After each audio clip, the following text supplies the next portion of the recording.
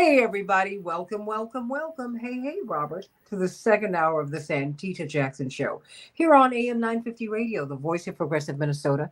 It's a joy to be with you today. We had a wonderful conversation in the last hour as we talked about, um, Israel going into Lebanon. How is that going to play out in this campaign? You feel free to jump in on that one, panel, because there's a lot as we look at the vice presidential debate. What is that going to be like? That I think is going to be very interesting, very exciting. And so please go to the Santita Jackson Show YouTube channel, like and subscribe there. Like and subscribe, and please share the show. Robert, share the show and give us a thumbs up. Come on, everybody, thumbs up, thumbs up, thumbs up.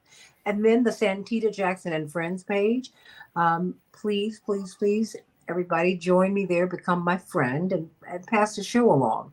But also go to X at Santita J. Dr. LaShawn Latrice, community psychologist. She is out here, a wonderful activist here in Chicago, making noise for change. Absolutely. Texas State Representative Ron Reynolds. Uh, they have had 1 million voters purged from the rolls in Texas. We're going to talk about that because we want everyone. Please go to vote.org so that you can find out if you are still on the voter rolls. And then we want to, if you have been purged from the voter rolls, or if you need to get registered, you can register right there. Go on and get registered. And then you can find out what day is the last day that you have to register so that you can vote in this November election. Something to think about, everybody. Please, and not just think about it, do something about it.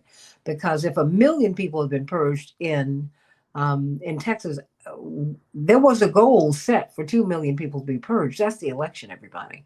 That's the election.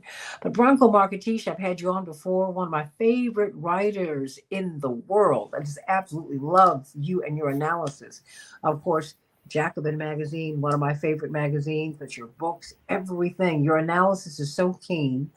And you have really, really given us some very, very interesting critiques down through the years of President Joe Biden. Yesterday's Man. What a magnificent book that was. It is. And I had to reread it, particularly as he's been pushed off the scene. And so now, in fact, Dr. Stevens Eunice, eminent political scientist, really specializes in the Middle East at the University of San Francisco. The question has been with some of the assignments that Vice President Harris has been given, do they really like her? I mean, who gives someone the border? Yikes. Because that's like the third rail of American politics, right? But then she's got to run on this now, on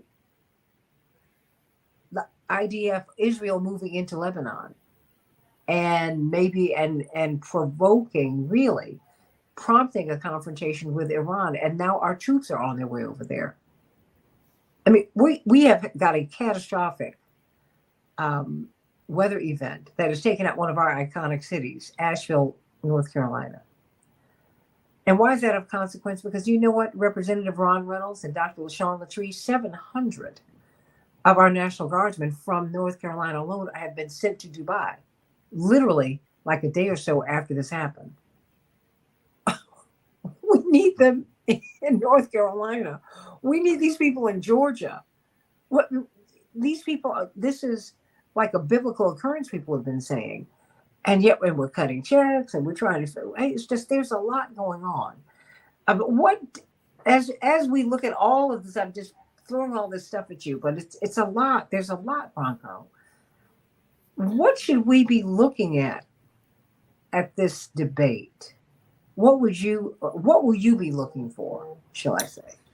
Well, one is I wonder if is going to create any kind of daylight between the Kamala Harris campaign and this disastrous presidency of Joe Biden's, because the war in Gaza, which is now metastasized into a wider Middle Eastern war, has been probably Biden's biggest political liability for a good while. I mean, it was bad when it was just Gaza. Now, you have the potential to alienate Lebanese American voters as well, who are, watching their country being bombed and invaded. with U.S. support and with U.S. weapons. So the people have for a while been saying that Harris needs to do what Hubert Humphrey did with Johnson, and maybe do a speech, sort of kind of major address that distances herself from Biden's policy, which again is deeply, deeply unpopular, and is now leading and has led to quite possibly a Iranian-Israeli war. We'll see what happens. They have not done that yet. Harris said in her first interview that basically she would do nothing different at all to what Biden's doing.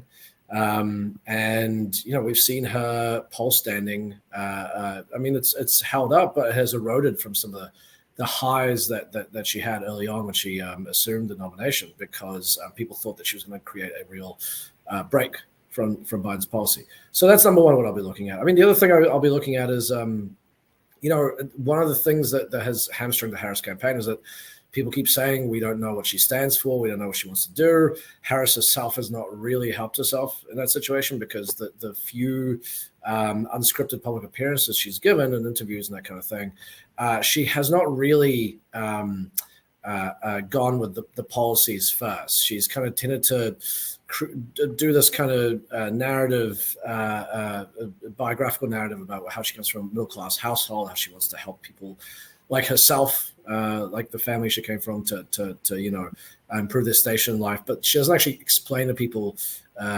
or really emphasize what she would actually do as president. So I wonder, if Tim Walz is going to lean more heavily on some of that policy stuff, given his record as a populist governor who got some pretty good progressive things over the line, or is this going to be a Harris-wide campaign strategy that it's a conscious decision to not talk about what they want to do, which I think is a mistake, personally. What do you think about Tim Walz? I mean, my impression is that Senator J.D. Vance is a sharp blade in the drawer.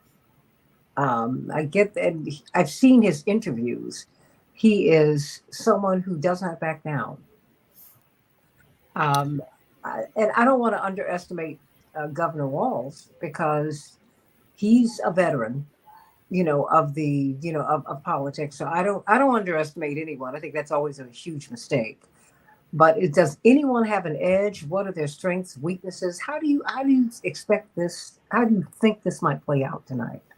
Well, what's been interesting about the Harris campaign and Walz's role in the Harris campaign, I mean, he was chosen as vice president partly on the back of his success in unscripted interviews, where he came up with the weird tagline to hit Republicans on, with all the kind of alienating social policies that they wanted to carry out.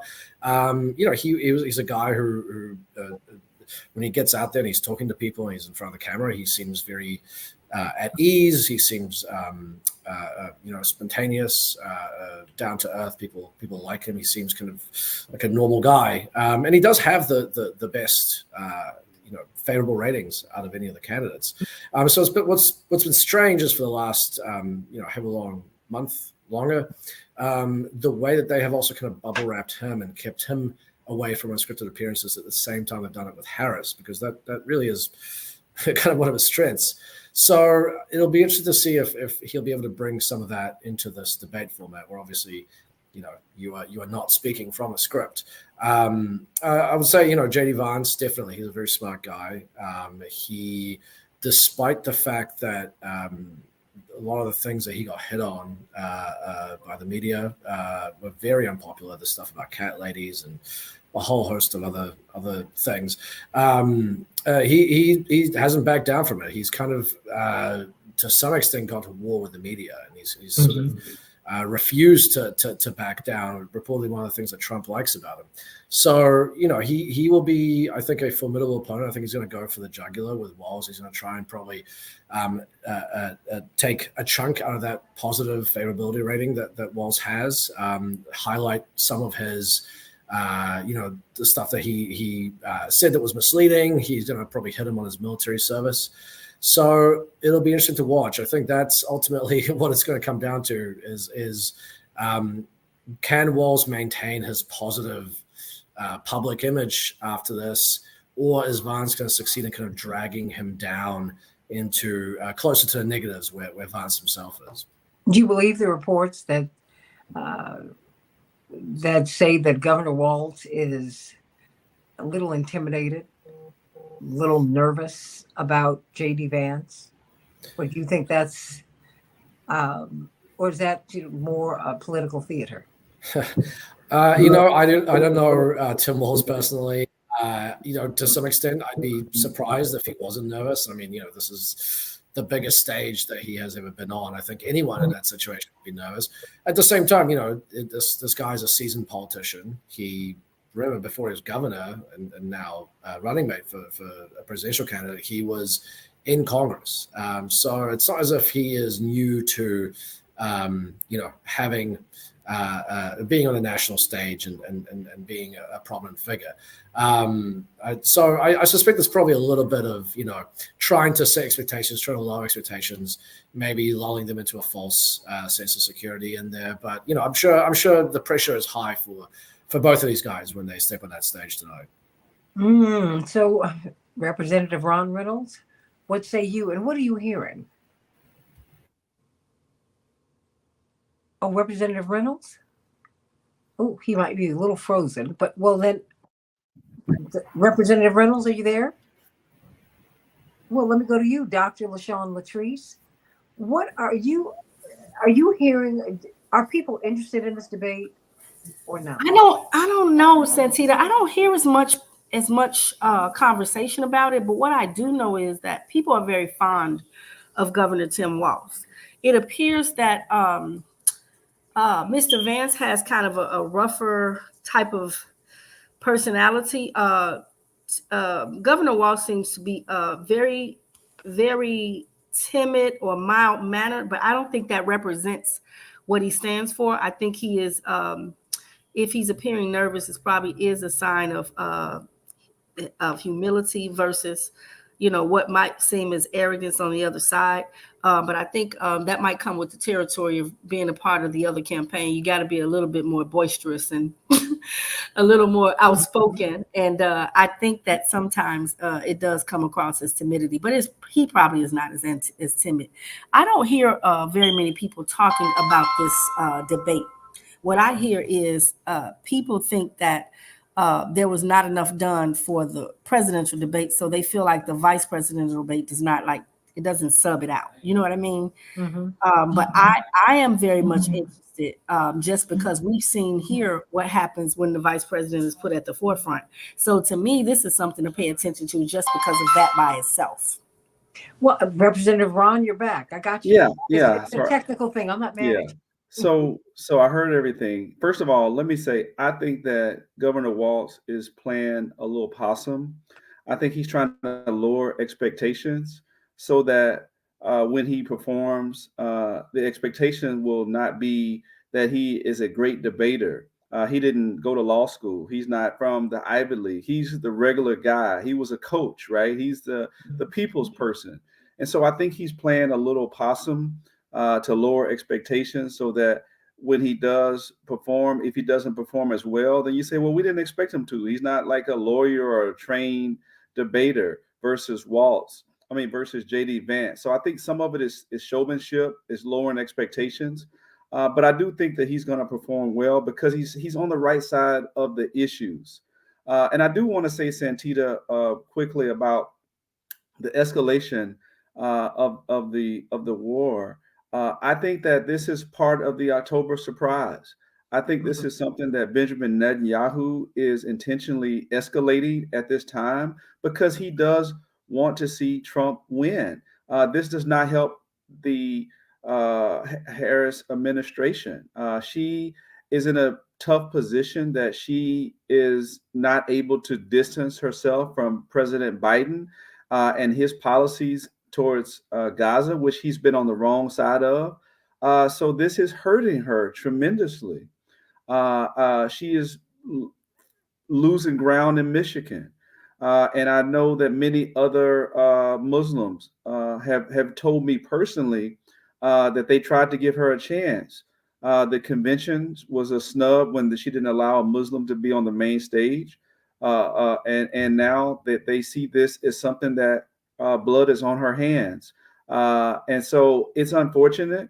Even they sent me something recently, Santita, that Jill Stein was coming to Texas, and they said, "Hey, we're looking at her again." So it is unfortunate that she is in this precarious position where she can't kind of break away, but she needs to break away.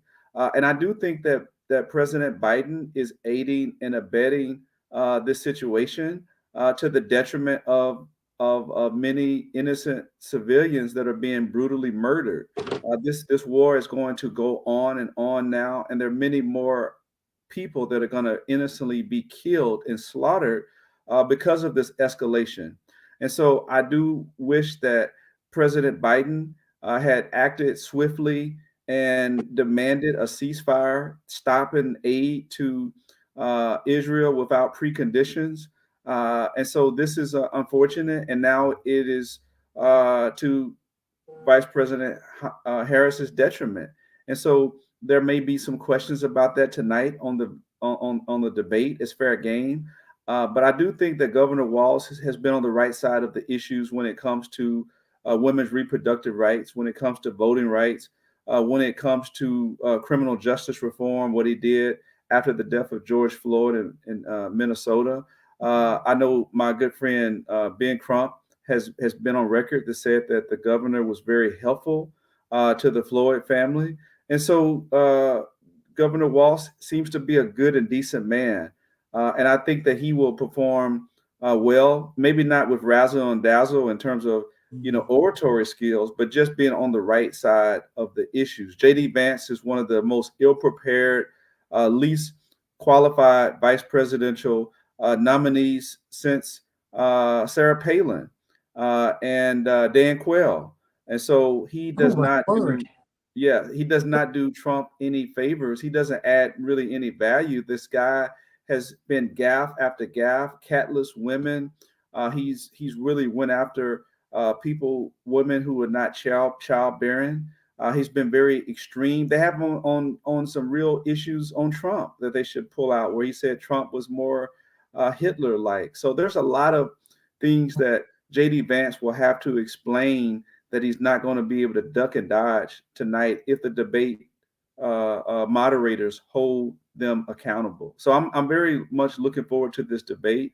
I don't think the ratings will be what it was clearly for the presidential, but I think there is some interest clearly in because most people don't know enough about either one of these two that are on the debate stage tonight.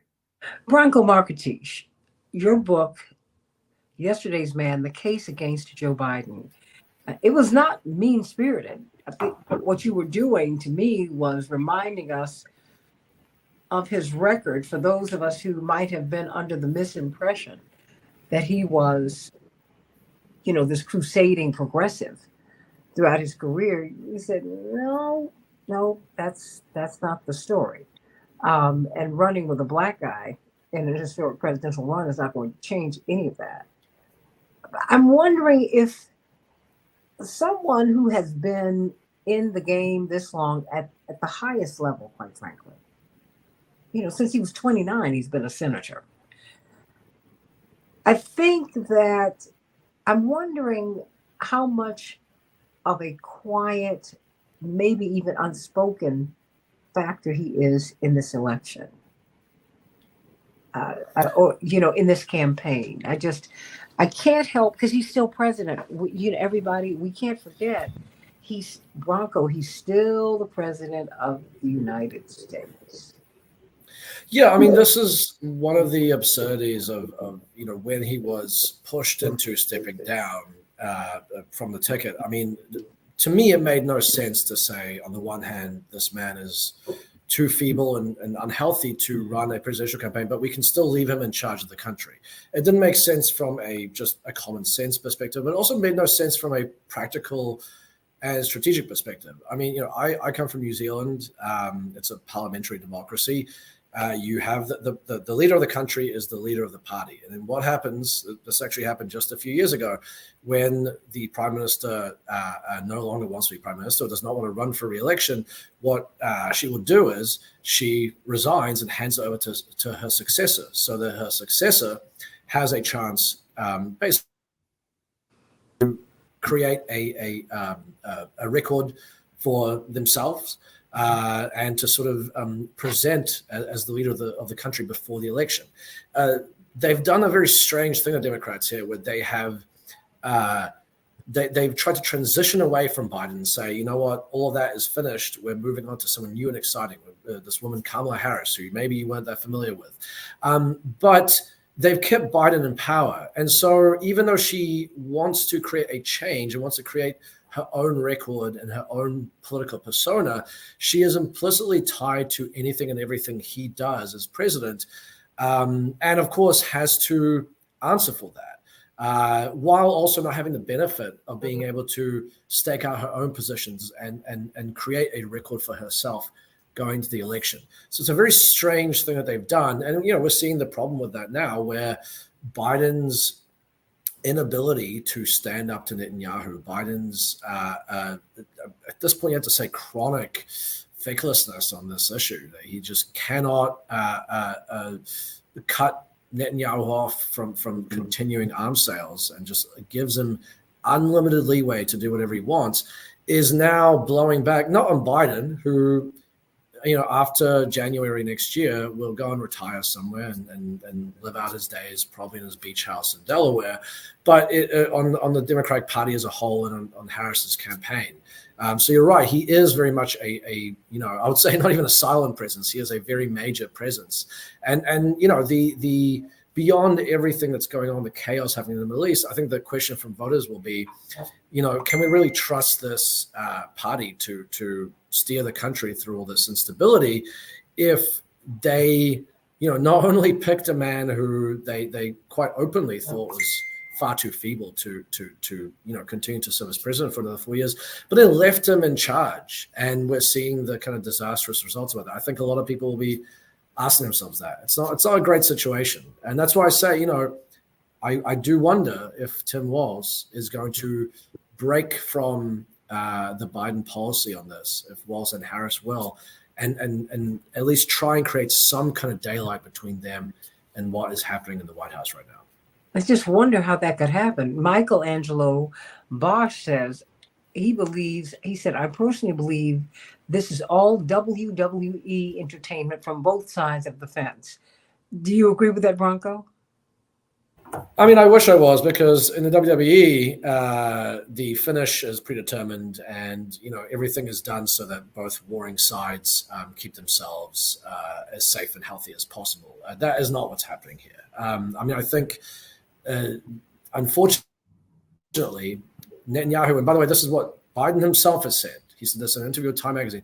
Netanyahu wants a large war so that he can stay in power. The longer that the war goes on, that means that he has to stay as prime minister. And actually, his poll ratings have recently improved, and he's been able to add a member to his coalition. So he's actually now got a more stable government. He's probably in the best position he's been in now than he has in the entire time that this war has been going on.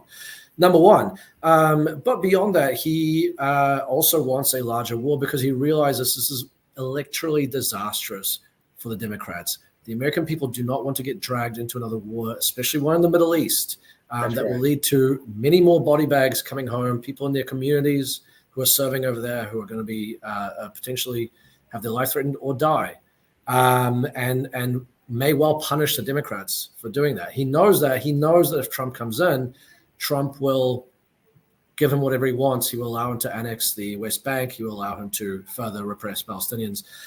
So the Biden administration is really, it has been for the better part of a year, playing into his hands. And I fear that what we're seeing right now is exactly what Netanyahu's wanted coming to fruition.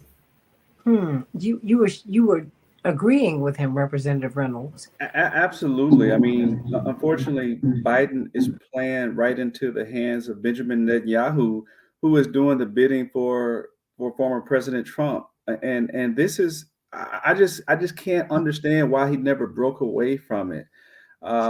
Poll after poll showed that he was on the wrong side of the issue, and this is only going to get worse as it intensifies, as we see more and more the death toll rise, more innocent people, and then you're going to see combat. You're going to see possibly some military soldiers that will get killed. It just happens in war, and the blame is going to be on President Biden. They're going to blame him. They're going to point fingers at the Biden-Harris administration, and she is in a precarious position that she can't point the finger back at Biden. I mean, she's going to have to own the good and the bad and the ugly. So this is a terrible position, and that we find ourselves in. And this could have been, in my opinion, and many experts, it could have been prevented if President Biden had stood his ground, if he had been early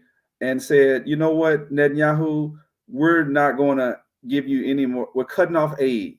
We're cutting off aid now unless there's a ceasefire, and then we can get the hostages released. There was deals that could have been cut between Israel and Palestine, but President Biden did not lean in and use the weight of the office that controlled the purse strings.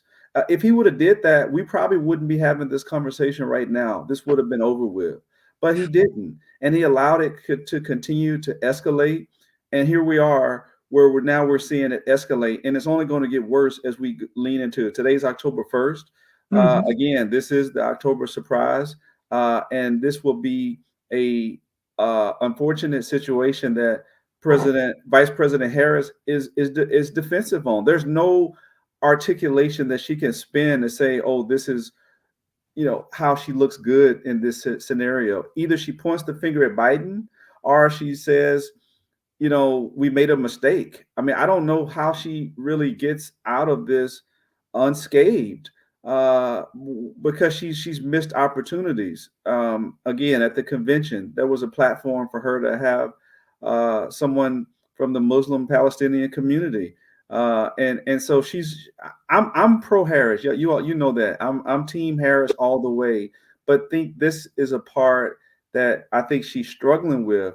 She's trying to maintain a happy balance, but there is no moral equivalency when it comes to this war. Well, before I get back to you, Dr. Latrice Bronco, I'm wondering how this would work. I mean, because Biden is being Biden. He's being very consistent, Representative Reynolds, with who he's always been. He's a self-declared Zionist. He's got more money from AIPAC than anybody on the Hill. I mean, this is not Bronco. I mean, he's not. He might be doing something that displeases the base, me, but Representative Reynolds. But guess what? He's being consistent. Now he might be a little, I mean, who is it? Netanyahu might have rubbed him the wrong way, yes, but the overall goal is what he's doing. I mean, I don't think that he has allowed anything to happen that he has not, with which he has not agreed. Yeah, this is the question: is to what extent is Biden actually driving foreign policy decision making? Who's actually making decisions? Yeah. A piece from published in Politico just yesterday, based on the conversations with 2 Israeli officials and 2 U.S. officials, saying that basically named 2 advisors, Brett McGurk, who is kind of the top foreign policy mind behind the Biden administration strategy towards Gaza and Israel over the last year, which has of course been a disaster, and this guy Hochstein, who's an envoy who was reportedly dispatched earlier this week to tell Israel not to invade Lebanon. And according to the Politico article, these 2 advisors effectively gave Israel the green light to do whatever it wanted, and it would lead to something. Now, in that piece, what Biden himself believes and what he thinks and what he wanted to do, it doesn't even get a mention. And, I think that is the tough thing here. Ever since, Biden's frailty was exposed at the debate, we started getting a million leaks to the press about how, he functions best from 10 a.m. to 4 p.m. and how when he's traveled overseas, he's had to miss meetings with all leaders because he's gone too tired and he's kind of, become incoherent. The question has always been, who is actually running the White House? Who is making the decisions? Is Biden fully conscious of what he is approving? Is he aware of both the geopolitical situation, but also the political and electoral implications of what he's doing? Or is he being manipulated by advisors? The fact is, we still do not know. We have no idea. My sense from having followed this for the past year is that I don't think, I think that there is a mix of things going on. I do think Biden has been serially played by Netanyahu. I think he thought that, number one, this war was going to be far more popular when it began. He thought it was going to give him a polling boost, which it did at first, and then it became his biggest problem. And I think he thought what was going to happen was Israel was going to rampage through Gaza for a couple of months. They would get tired. Then Netanyahu would get shunted off the scene by the voting public, and then they would step in and try and basically make lemonade out of lemons. That is not who very ruthlessly and shrewdly basically kept the war going as much as possible, as long as possible, so he could stay in power and eventually improve his poll numbers. If you look back at reports from December and so on, you see the Biden administration making all these kinds of predictions about what's going to happen that ended up not coming true. So I think there's a bit of both. I think there is, obviously Biden has ultimately assented to everything Israel has done, but I also think it's partly because he has made so many bad decisions throughout this that he's kind of painted himself into a corner where he believes that the only way to keep going or to go forward is to basically just double down on backing Israel, to do whatever it wants. And so we find ourselves in this really terrible situation at the moment. That's my read of it anyway. Well, I mean, as he doubles down, Americans are going in the other direction. I mean, increasingly, Americans want to know why our money's going there, so much of it. And I promise you, Representative Reynolds, Dr. LaShawn Latrice, with these soldiers going over there, boots on the ground, we already have 50,000 in the region. I can't help but think that there's going to be escalation, Bronco. I mean, it's anticipated, right? It costs money to transport all these people and to set them up to live over there. I mean, there are already calls from, pro-war members of Congress saying basically it's time for the gloves to come off. The U.S. needs to fully back Israel. It's a fight of good versus evil. Iran needs to be defeated. The U.S. needs to intervene. So, Biden, by continually kicking the can down the road and avoiding actually doing the hard thing, making a tough decision to cut arms to Israel off so it stops this war, has now put himself in a situation where Israel's been attacked by Iran. For most of the public, this will be seen as just kind of mindless aggression by one of Israel's enemies. It's suddenly going to be painted that way by many members of Congress, many elected officials. And Biden now either has to resist the call for war, the call for intervention, in which case, he'll probably get further tagged with being weak and betraying Israel and so on and so forth. Or he has to kind of go along with what they're saying and intervene, which I think would be even more disastrous in the medium and the long term, but may look like an appealing way out of the situation. He's put himself in a lose-lose situation. If he had done this months ago and cut Israel off, he would have gotten a round of negative media attention, and then everyone would have forgotten about it. Just think about when Trump was shot.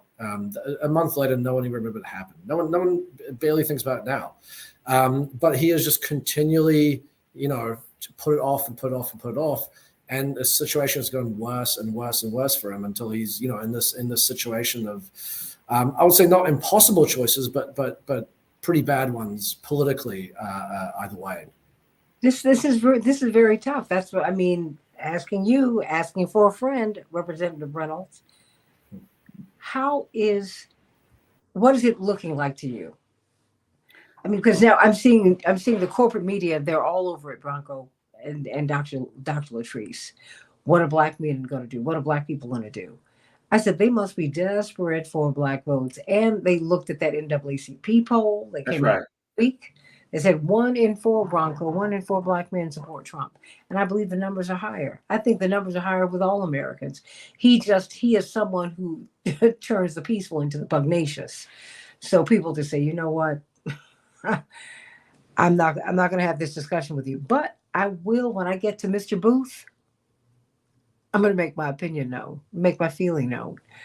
So, what are you hearing, Representative Reynolds? Well, I'm hearing that there was some hope, there was some optimism that people had, particularly some of these folks that had ridden Biden off when Kamala was the Democratic nominee.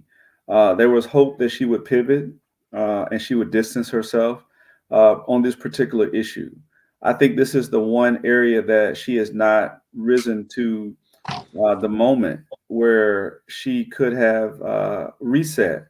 And I think that that is a problem. And I think the problem is only escalating. And I'm hopeful that it is not fatal in Yeah. terms of pulling enough votes, but it is hurting her. I mean, I'm not going to, like dance around that and act like it doesn't exist and ignore the reality of the polling. The polling is real. And I think So, that this, so you don't distrust or mistrust the polls because I when you think get the when you get polling a is, lot of around, I'm a supporter, yeah, but when you get yeah, around a lot of other supporters and say, hey, there are a lot of Trump people out here. They say, oh no, I don't believe it. I'm like, believe what? You believe you right. if the poll that says she's winning, you believe it? Yeah, Exactly. all You can't have it both ways. no, You you can't have can't. it both ways, right? Yeah. And just like Santita, the polling, I don't hear anyone disputing the polling where they say that shows the Hispanics are numbers are lower for Harris, particularly Hispanic men is lower than it was for Trump. I mean, for Biden, for Obama Hillary, and Clinton. And Clinton, that's she's right. lower with Hispanics. No one is necessarily disputing that because it's real. It's real. I see it in Texas overwhelmingly. And so the point of the matter is that is why this election is so close. You would think this wouldn't be an election with a 34 convicted felon, Trump, and all the issues he's had, all the gaffes he's had, all the problems he's had, you would think that this would be a runaway election, but it's not. It is very close. It's a toss up, depending on what poll, what day. Trump's up a hair, Harris is up a hair. But the bottom line is this is razor thin. And so this issue is critical. Michigan is slipping away. Michigan was making progress, but now we see it going in the wrong direction. And it's going in the wrong direction because of this. I'm very concerned if they don't get a handle on this and get a handle on it quickly. We're about to start early voting. We're not like months away, we're days away from early voting. Literally, people are receiving mail ballots in their mailbox as we speak. Early voting in person starts in days. It is not November the 5th. This is October. And so this is a real issue that I'm very concerned that she cannot ignore. It is not going to solve itself. And this is sometimes you have to rise to the moment and exert leadership and speak truth to power, being willing to say, you know what, enough's enough. Because I wouldn't want to have that kind of blood on my hands if I was in a position to do something about it. I know it's complicated. It's not that simple. She is a sitting vice president. That makes it very, very complicated for her to do something that's counter to President Biden. But I think that it's moments like this that define who you are and ultimately the kind of history that you want to be judged by. It's I'll say this, Santita. Dr. King said it best. The ultimate measure of a man or woman is not where he stands during moments of comfort and convenience, but during times of challenge and controversy. I couldn't think of a more defining moment for Vice President Harris than this right here. You're right, but she serves at the pleasure of the president. See, That's why I because say it's complicated. yeah. I mean, I'm with you, Bronco. I mean, Well, I was just going to say, I mean, Hubert Humphrey did a speech that Lyndon Johnson saw as a betrayal of him by his vice president, but he basically repudiated Johnson's policy in Vietnam and suggested he would do something else if he became president, and he ended up going up 12 points in the polls as a result of it. Is that going to happen? The exact thing is going to happen if Harris does that now. I don't know, but I think that continuing to just kind of attach herself to what Biden is doing, which again, I have to emphasize, Biden's foreign policy, and particularly around Gaza, is the most unpopular thing about his presidency. And he was not a well-liked president before October 7th either. Yeah. So she is attaching herself to a massive liability. So, look, if Democrats really believe that democracy is on the ballot, that, Trump winning would be a terrible disaster, then who cares about Joe Biden's feelings? Wait, Bronco. When they say democracy is on the ballot, what are they talking about? Look, I'm a black person from America. You open up the mic. Listen, Dr. Latrice, are you for real? No. Because everything we've ever fought for has helped to make America democratic. So save that. And the way they pushed this man out and pushed her in, that wasn't democratic. And she's someone I like, support. I went to school with her. I like her a lot. And I think that she is a decent person who's in a system that's a mess. Yeah. That having been said, she's got to take these lemons, and some of them are bad. And she got to come up with some lemonade, have a whole lot of she got to do that. Well, help me. I agree, but this is what I'm saying. I think it ultimately Joe Biden's feelings about being potentially betrayed by his vice president. Potentially, she comes out. Stop it. You're gonna write a book about this. He is mad as blanky blank. Absolutely. Absolutely. I think she has been put in an impossible position. Well, you know what? It's small potatoes. You hurt the president of the United States' feelings. Too bad. He's gone stuff in that situation. The more important thing, certainly for her, is does she want to be president or not? Does she want to win this election or not? Yeah. And not only is it how she can do that. How right. Can she do it? I think it's not only the smart thing to do. I think it's the moral thing to do. Again, what is happening over there is a disaster, and it is, number one, it's a moral and human disaster, but also it reflects incredibly badly on the United States. I think people don't realize around the world how much anger there is. Elaborate.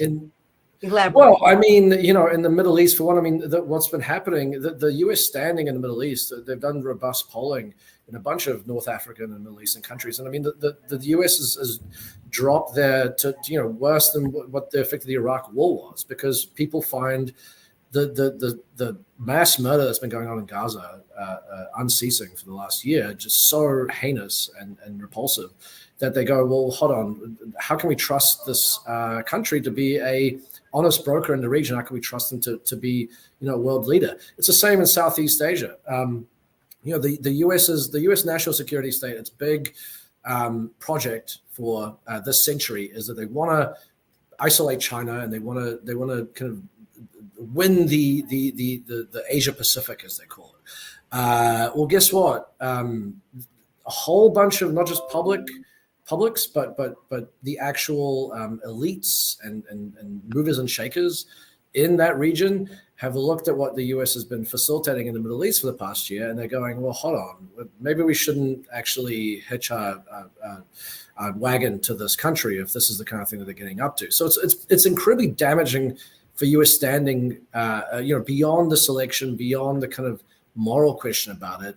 This is a disaster that's going to reverberate for the United States for a long time. And, the FBI and others have said repeatedly that the chance of terrorist attacks against Americans, against this country, have gone up massively as a result of this. And I see no reason not to believe them. This is partly what led to bin Laden attacking the World Trade Center. I certainly do not want to see innocent Americans being killed by terrorists as a result of this. Well, I'm worried about the troops over there.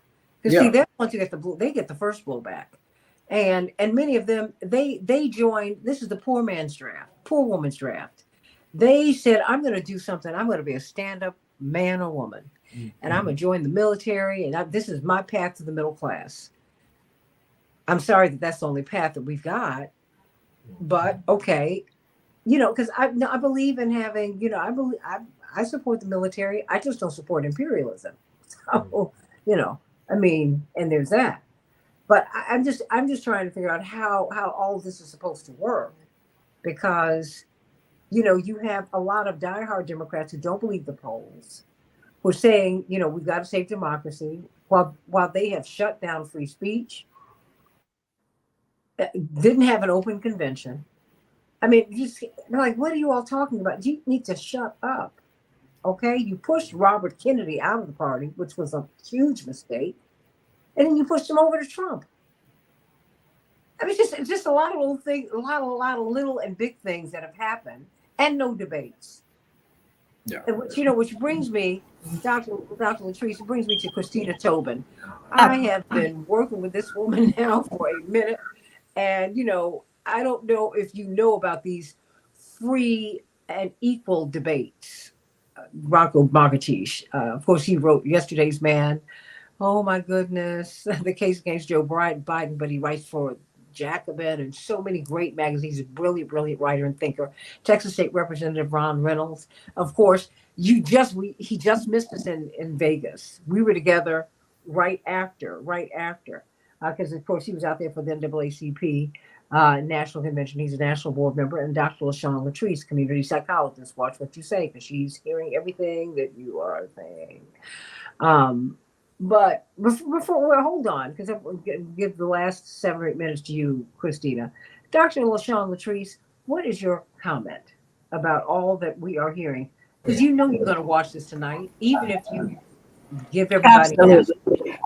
I absolutely am watching it tonight. And I was listening to Representative Reynolds and the other gentleman, and I can't help but to believe that, as I said before, I believe that the way that the presidency evolved, it has put a big damper on the presidency of Kamala Harris. And I mean, everything from not commenting on things to not allowing people to speak, all of those things have hindered her. And I am hearing the same thing, that the polls are showing that there are a lot of Black men that have aligned themselves with Trump. I think that no matter what, you can't ignore the fact that they feel like Trump is appealing to something that they need, and they feel like the Democratic Party is not. And it seems like there's almost a secret society happening where there's a punt to do a jack move, and they've done their jack move, and the jack move isn't working. And I don't know why people are just not being honest and sitting the vice president down to tell her, you have to address these things. You have to speak to these things here. You have to do something about it, because to disassociate, it's too late for that. Look what month we're in now. This was all done so quickly and so vastly that it's now has happened to work against, and that's what I see. And the election has started, everybody. Vote.org. Go and make sure that you are still on the voter rolls. If you're not, vote.org. You can stay on that site and re-register. Okay. You will also find out when the window closes in your state on Friday. That is the last day for you to register or re-register in South Carolina. And it goes up to the 7th. After that, you can register to vote, but you won't be able to vote this November. So please look into that. But I am so excited about the work that you've been doing, Christina Tobin. Of course, you've been here with us before, Free and Equal Elections. I was at your debate with you, saying the national anthem. What was that, in July? That was right before my birthday. Representative Ron Reynolds, and we were all meeting out there, and then they had the assassination attempt on President Trump. That is not funny. It's awful. It's been a bizarre time. But I'm so glad that you're going forward with these debates, because, Dr. Latrice, people want to hear more, and they want an open process. So when we're talking about democracy and freedom and liberty, you're not seeing it. So stop it. Just stop, everybody.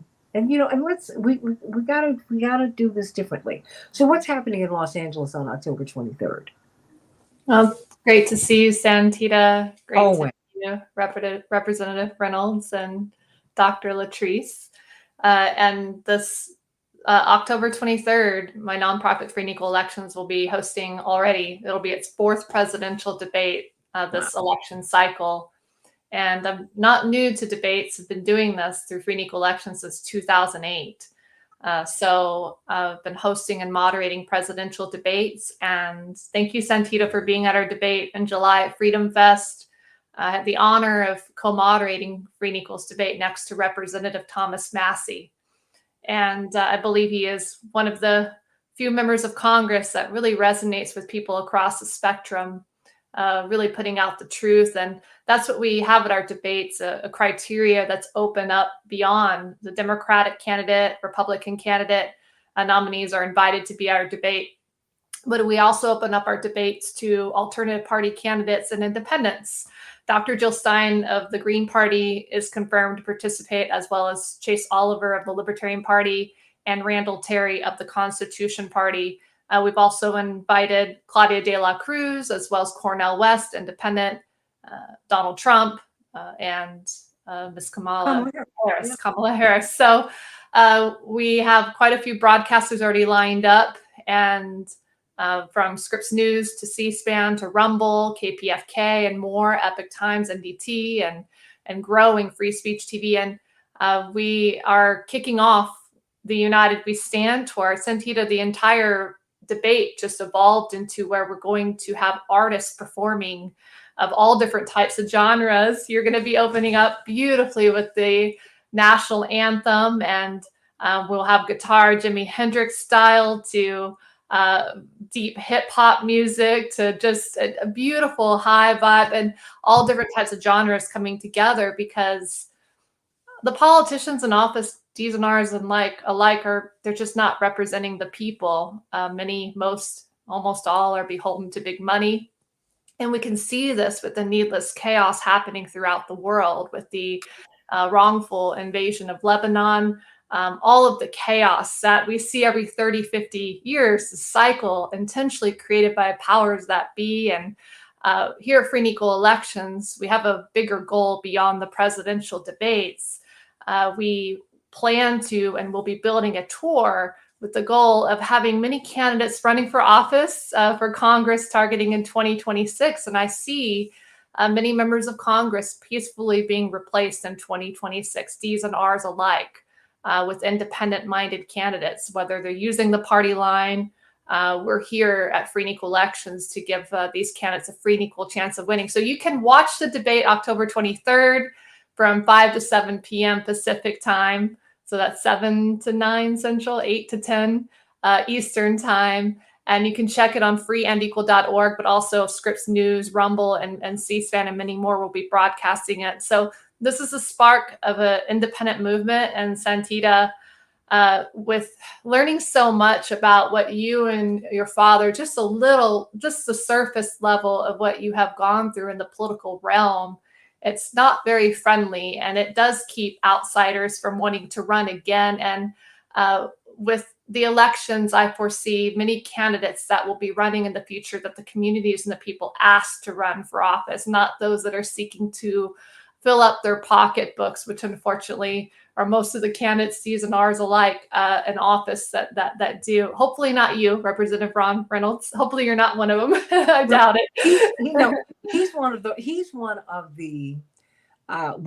the representatives. I met him. How long ago was this, Representative Reynolds? That was like 3-4 years ago. When they ran away, they were denying the governor a quorum because there's just a lot of craziness that happens in Texas. And I fear you're going to have to run away again, because this governor that you have is just really a lot. But that's, weren't you all were threatened with arrest? Because we were trying to keep you from getting arrested in Washington, D.C. So at one point, I thought you were confined to your hotel. Your movements, because it was like, if they leave, they'll be arrested. And they're not paid any money to be state legislators. And that's why it's important for us to have for you to have this tour. And number one, people need to understand that there are so many offices that are open right now. And but the only way that happens is if you open up the doors and let everybody on the stage. And that is what you're doing, Christina. Yeah, Tobin. voters are searching. They're searching for alternatives, and there's a shift away from the mainstream narrative towards a more independent mindset. And this really does reflect what the country's going through. So we're here to drive a bridge. The communication gap.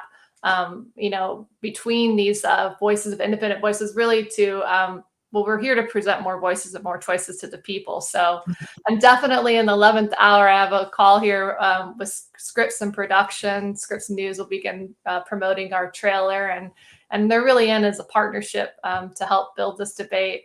And I have a call with them in a few minutes, but actually 8 minutes ago. But I wanted to make it on this call for a little bit and say hi. And any and everyone Santita connects me with, Representative Reynolds and Dr. Latrice, is so beautiful. Everybody I've met around you, to be at Freedom Fest, Santita, and to meet with Dr. Cornel West and his wife, Anahita, and an engagement happened that day. The next day, the Trump, thank goodness, no one was hurt, attempt had happened. And it was a lot of like this roller coaster. But what we saw at Freedom Fest and what we see around the world, doesn't matter where you are. You can be in Israel and Palestine and Lebanon, Ukraine and Russia and the United States of America.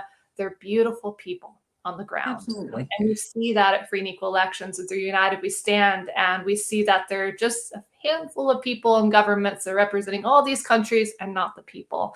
And so we're going to see the tides turn. The change is going to come. Sam Cooke said it the best, and many different artists of the We Shall Overcome. And at Free and Equal Elections, a big inspiration of mine, I had the honor of meeting is Mother Millia Boynton Robinson of Selma, of which during that interview, I might have been the last person to interview her before she passed quite a few years ago. She said, "I have no fear." And she told me her mother had taught her in the 1920s when she registered people to vote through a little buggy wagon. She said her mother taught her, "Be sure you're right, then go ahead." And it's no coincidence that I got to meet a true heroine and inspiration and real life at this moment of time here on Earth. So thank you, Santita, for being a part of the elections. We'll see you October 23rd. You can go to freeandequal.org for more information. We got a lot of people who want to all briefly. Greg Palace wants to get on over, and we're going to do all of that. And you know what? We've got to keep this going, because United We Stand for free and equal elections everywhere. That is how you win. You don't win by hiding people. You win by putting it all out there. Leave nothing. That's what they said about Judy Garland when she was on the stage. She left it all right there. But the people that we love, Pete Rose, dedicating the show to him today. Did he have you know what? He was a great player, and he was a human being. Did he make some mistakes? Yeah, we all do. But boy, was he a thrilling player. And in a time when whites and blacks were struggling to come together, black players saw his hustle. Black players like Frank Wills, who became the first black manager in the major leagues, who were his teammates, they embraced him because he'd been rejected by his white teammates. And he was asked about that in 1970. I used to follow, because I followed baseball because my father was recruited by the White Sox. So we used to go to a lot of baseball games too. And he said, and he used the language really that they were moving out of at the time. He said, "It's the colored players who treat me like a human being. So yeah, I'm going to be with them, and I'm going to stand with them." And really, we all want to be treated fairly. We all want to be treated like we're human beings. And so I'm praying for the people of the Middle East today. People in Lebanon and in Gaza and the West Bank and in Israel. I'm praying for our brothers and sisters in the Congo and in South Africa as they stand with the oppressed everywhere. I'm standing with Russians and Ukrainians. I'm standing with our people in the Mississippi Delta and in Appalachia, who for generations on end have known poverty that no one should know, not in God's earth. My pastor, Reverend Clay Evans, may he rest in peace, said, "I've never seen God make a mouth he couldn't feed." So you've got to vote about these things, everybody. If you feel that no one should have a floor beneath which they should fall, you vote about that.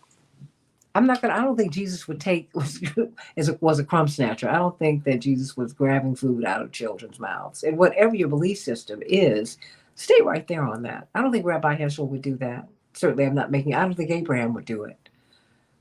I don't think Muhammad would do it. I don't think anybody would do it. Nobody would do that. We've got to grow up, everybody. And you're right, Mike. Withholding your vote is a voice, and it's a vote. Vote, everybody. Please vote. But let's push for real debates. And that's what I appreciate about what you're doing, Christina Tobin, with free and equal elections. These are real debates. Number one, because you've invited everybody. And we need to push past this duopoly that we have on debates, because everyone should be on the stage answering your questions. Think about that, everybody. Free and equal elections, everybody. The debate where we will be in Los Angeles is on October 23rd. Cannot wait to be there. Sending you all of my love. Give Zach and all my people on the team, give them all my love. And of course, I'll have you on Reverend Show on Sunday and back on this show leading up to this, because I'd love to hear what your thoughts are. If you let me know if you have any time tomorrow, because I'd love for you to tell us what your thoughts are about this debate, how it's being conducted. Once you see it, I'd love to get your thoughts about it tomorrow. If you have tomorrow for you. Yeah. And Santita, thank you for what you do. You have so much wisdom. I learned so much from you, your experience, your knowledge. I truly look up to you as an inspiration and a visionary, and helping the people are building this idea and this movement. And the words that you have given to me so raw and so real in recent weeks and months, especially weeks. There's a handful of people that just deeply connect so within my heart, and you're one of them. So you're one of them for me. You are. It's really special. So you're so special, and I'm excited to see you, and I will be hopping up, and so much love, and I'll be there tomorrow. Much love. I salute the Bye, divinity. Christina. Nice You, to meet you. LaShawn, and this whole Santita Jackson family. I'm sending all of you all so much love. Sending you love. And that's where I agree. Look, everybody, let's go on and let's make this work, everybody, because it can. I love you, everybody. Please like and share the show. Please share it. I'll see you. Watch the debate, and let's talk about it tomorrow. We'll be doing it much earlier because I've got to head up to Detroit. So I'm going to do the show like pretty early tomorrow. Early for me, early for us, but I'm going to have to do that because I want to know what your thoughts are. Can't wait. I love you, everybody. See you tomorrow on the Santita Jackson Show.